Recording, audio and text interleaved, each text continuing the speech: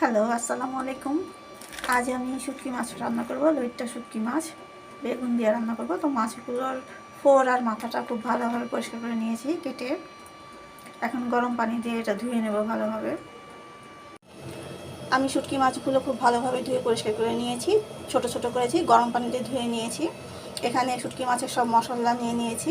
এখানে মাঝারি সাইজের 2টা পেঁয়াজ দিয়েছি, এখানে বড় রসুনের 2টা কোয়া দিয়েছি, এখানে হাফ চামচ মতো হলুদের গুঁড়া দিয়েছি, হাফ চামচ মরিচের গুঁড়া, 1 চামচ জিরার গুঁড়া, হাফ চামচ ধনিয়ার গুঁড়া, আর এটা রাঁধুনি সিক্রেট মশলা।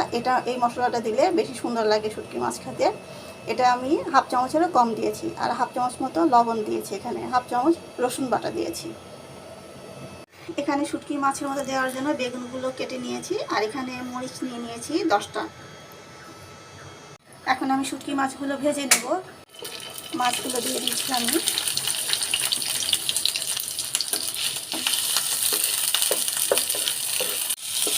মাছগুলো 1 মিনিট মতো ভেজে নেব। আমি আবারও প্যানে তেল দিয়ে দিয়েছি। এখন পেঁয়াজগুলো দিয়ে দিচ্ছি। পেঁয়াজগুলো সামান্য ব্রাউন কালার হওয়া পর্যন্ত ভেজে নেব।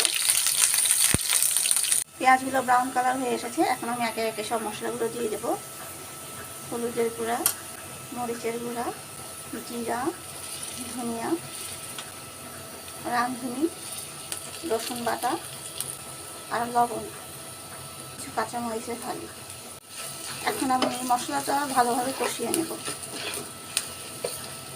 ফিরে আসলাম 5 মিনিট পরে। দেখতে পাচ্ছেন তেল উঠে গিয়েছে, আমার মশলাটা কষানো হয়ে গিয়েছে। এখন আমি মাছগুলো দিয়ে দেবো এর মধ্যে।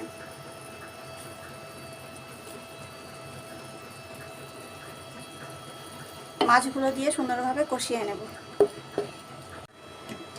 ফিরে আসলাম 5 মিনিট পরে। 5 মিনিট পরে আমার মাছগুলো কষানো হয়ে গিয়েছে। এখন আমি কেটে রাখা বেগুনগুলো দিয়ে দেবো এর মধ্যে।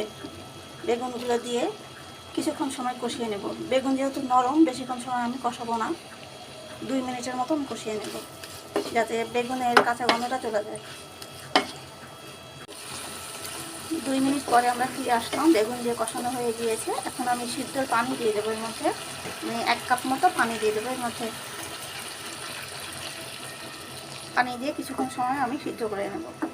এ পর্যায়ে আমি কেটে রাখা বড় রসুনের কোয়াগুলো এর মধ্যে দিয়ে দিচ্ছি। ফিরে আসলাম 10 মিনিট পরে। এই তো কমপ্লিট হয়ে গিয়েছে আমার বেগুন দিয়ে শুটকি মাছ ভুনা। খুব সুন্দর একটা সেন্ট আসছে, দেখতেও খুব সুন্দর লোভনীয় হয়েছে।